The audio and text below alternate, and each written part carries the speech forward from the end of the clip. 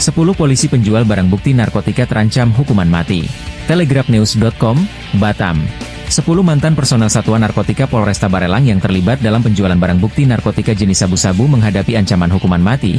Ke-10 tersangka tersebut, termasuk mantan Kasat Narkotika dan beberapa anggota Satuan Reserse Narkotika Polresta Barelang, diidentifikasi sebagai Kompol Satriananda, mantan Kasat Narkotika Polresta Barelang. Ibtu Sigit Sarwo Edhi, mantan Kanit Satuan Narkotika Polresta Barelang.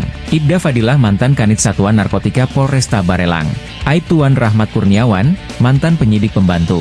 Bribka Junaidi Gunawan, mantan anggota Satuan Narkotika Polresta Barelang. Bribka Rahmadi, mantan anggota Satuan Narkotika Polresta Barelang. Bribka Jaka Surya, mantan anggota Satuan Narkotika Polresta Barelang. Bribka Alex Chandra, mantan anggota Satuan Narkotika Polresta Barelang. Bribka Arianto, mantan anggota Satuan Narkotika Polresta Barelang. Brigpol Maruf Rambe, mantan anggota Satuan Narkotika Polresta Barelang. Berkas kasus P21. Kepala Seksi Penerangan Kejaksaan Tinggi Kepri, Abdullah Yusmar, kepada Telegrapnews.com, Rabu 18/12/2024 mengungkapkan bahwa berkas perkara ke-10 tersangka telah dinyatakan lengkap, P21 pada 12 Desember 2024 lalu. Berkas perkara atas nama tersangka seperti yang disebutkan di atas telah kami terima dari Direktorat Narkotika Polda Kepri pada Kamis lalu dan dinyatakan lengkap, jarnya.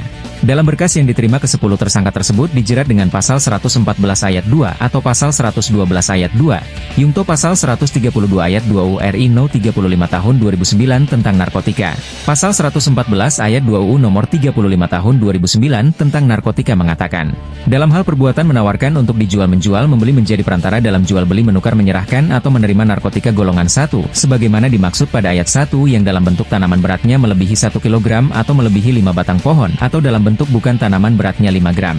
Pelaku dipidana dengan pidana mati, pidana penjara seumur hidup atau pidana penjara paling singkat 6 tahun dan paling lama 20 tahun dan pidana denda maksimum sebagaimana dimaksud pada ayat 1 ditambah sepertiga. Selain itu, 5 tersangka yang memiliki peran sebagai penyidik dan penyidik pembantu juga dijerat dengan pasal 140 ayat 2 UU yang sama yang memperberat ancaman hukuman mereka.